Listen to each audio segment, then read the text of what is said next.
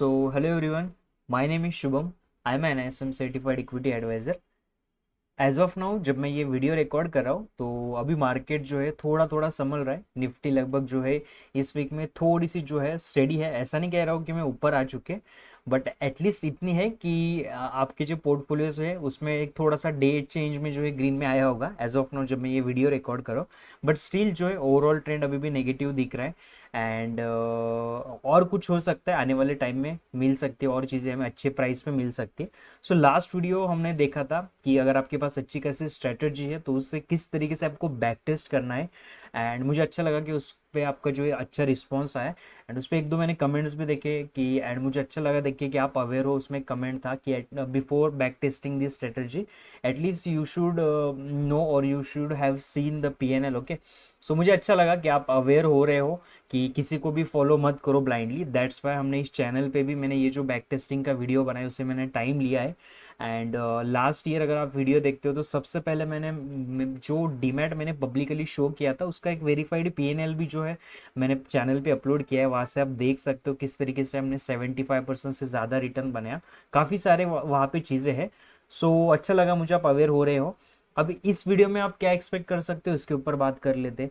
Last video में अगर आपने देखा है तो वेल एंड गुड, नहीं देखा है तो पहले वो वीडियो देखो।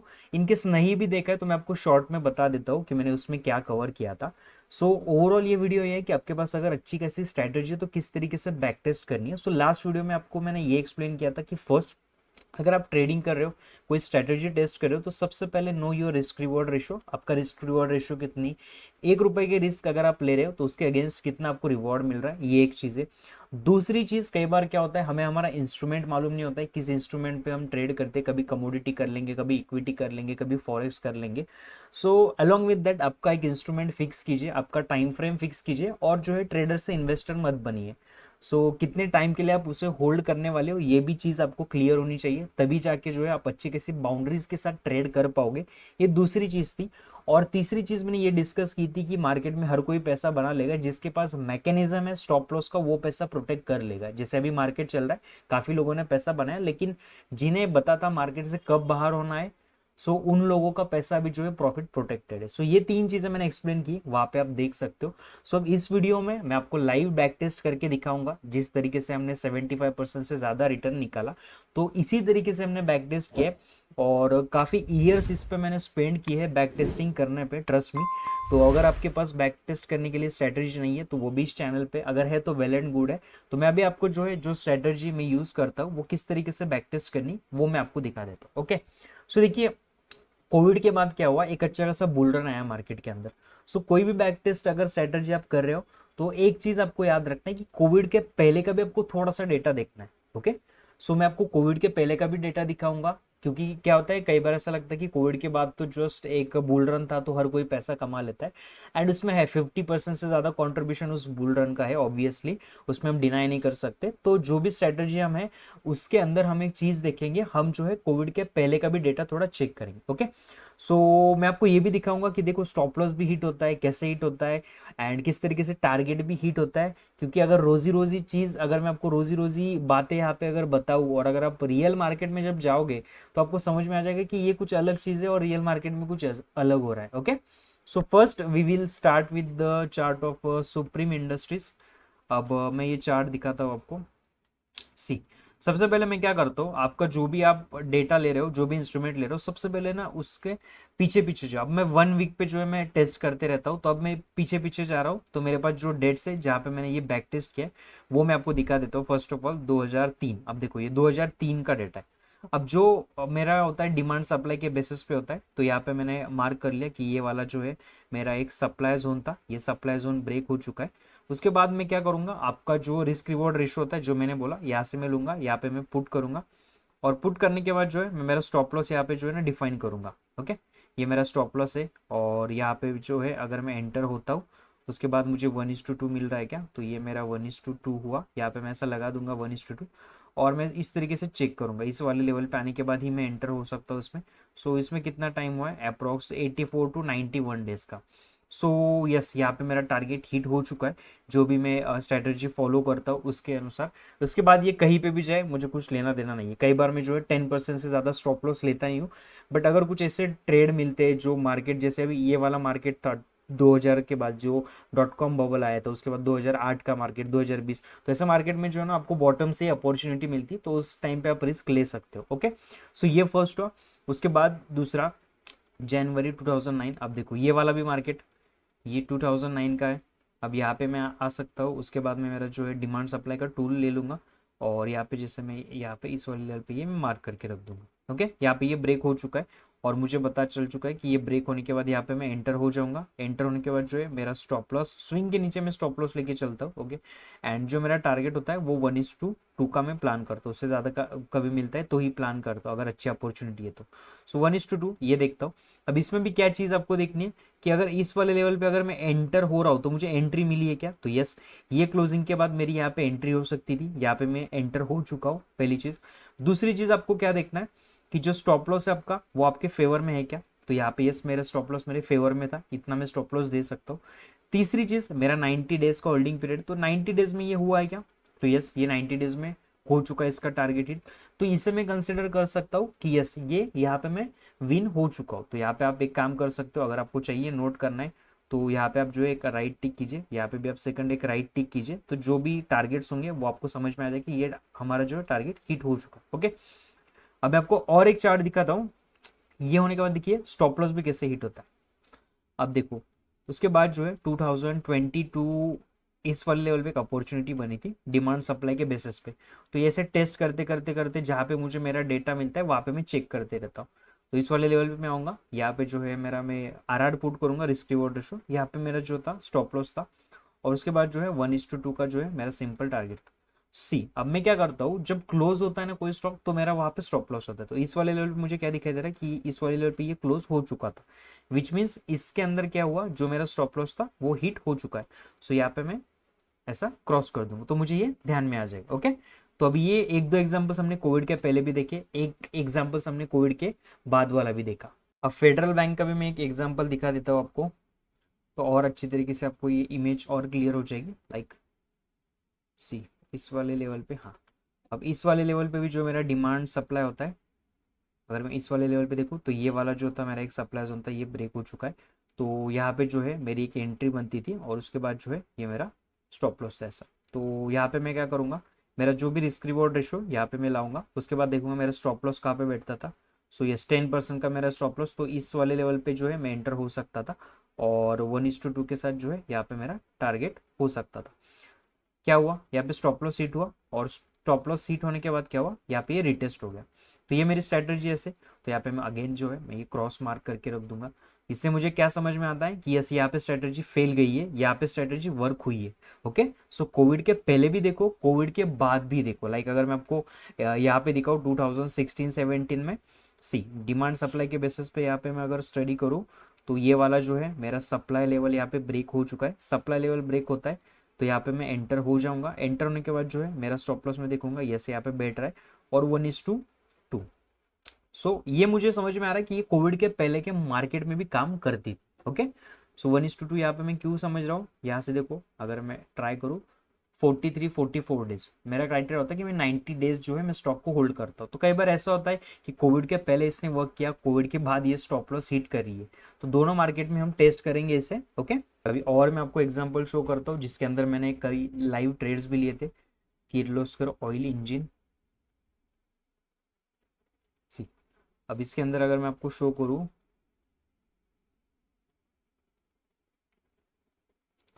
इस वाले लेवल पे, सी, ये वाला जो है मेरा सप्लाई जोन था जो कि ब्रेक हो चुका था।